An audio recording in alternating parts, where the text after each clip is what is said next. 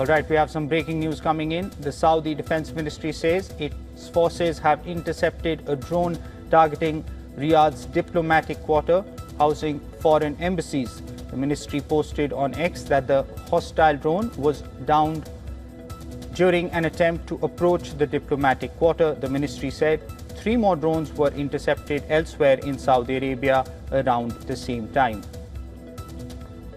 Let's recap the latest we have for you from Saudi Arabia. The Saudi Defense Ministry says its forces have intercepted a drone targeting Riyadh's diplomatic quarter, housing foreign embassies. The ministry posted on X that the hostile drone was downed during an attempt to approach the diplomatic quarter. The ministry said 3 more drones were intercepted elsewhere in Saudi Arabia around the same time.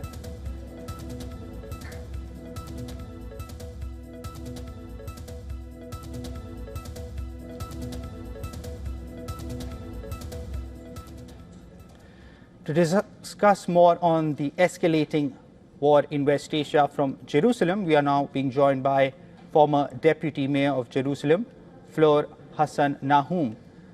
Ma'am, thank you very much for joining us on the broadcast. My first question to you is, what exactly is the ground situation in Israel right now? Well, last night we were attacked by Iranian missiles. It hit a town in the north of the country. Just now, there were sirens in the south of the country, in Eilat. And so, yes, we are under constant attack from Iranian missiles, but we're also under attack over the last week or 2 weeks from Hezbollah missiles in the north of the country. Ma'am, Israeli Prime Minister Benjamin Netanyahu has resumed his bid for a regime change in Iran, but Mustafa Khamenei released a statement saying he's vowing for vengeance. Now, will that force Israel to rethink their strategy in any way when it comes to the war in West Asia? Well, first of all, we don't know if Mustafa Khamenei said or did anything, because the rumors are that he's lying in a hospital bed. We have no video evidence. We have no evidence of any type of message. So this could very well be a manipulation by the people there in charge at the IRGC, because he's not been seen or heard of for a few weeks now. We didn't really expect anything else to come out of the so-called new supreme leader, even though there's good intelligence to believe that he's actually lying in a hospital bed on a ventilator. And unfortunately, the intransigence of the Islamic Republic is why we're here in the first place. The intransigence to not be honest about their nuclear ambitions, to continue to fund terrorist proxies, to continue to cause havoc all around the world with terror cells. This is why we're here. Well, I want to reiterate that the audio message was released by the Iranian state media on Thursday, and we have the first statement from Mustafa Khamenei, and the views that were expressed earlier were that of ma'am. So there's no verification. Yes, ma'am. Now, the position that we are in right now, almost 2 weeks of the war, is the war right now, the position we are in, how long can it continue? And is there a situation where the war becomes untenable? Well, you know, Israelis have been putting up with rocket attacks now for 2.5 years. It's not that we're not exhausted. Of course we are. We don't want war. We never wanted war.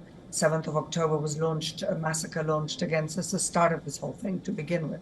On the 8th of October, Hezbollah started attacking us. Both are proxies of the Islamic Republic. So do the Israelis have the stomach to continue until the Iranian people are free? I think we do. And every day we're degrading their capacity of attack even more. But we're not the only ones suffering. You have the Saudis, and you have the Emiratis and the Bahrainis. The whole region is suffering from this evil fundamentalist dictatorship. And it's time the people of Iran took back their country. And so this is a worthwhile endeavor that the Americans and the Israelis have taken on for the sake of the region, for the sake of the world, for the sake of humanity. These people are the Nazis of our era, and they have to be dealt with. Ma'am, you mentioned that it's not just Israel, the Gulf countries are suffering as well. Now, do you foresee that the Gulf countries will join actively the war in any way? Because so far, there hasn't been any active offensive involvement when it comes to the Gulf countries. Do you foresee them making any active involvement in the near future? We'll have to see. There's rumors. They didn't want to be involved in this war to begin with.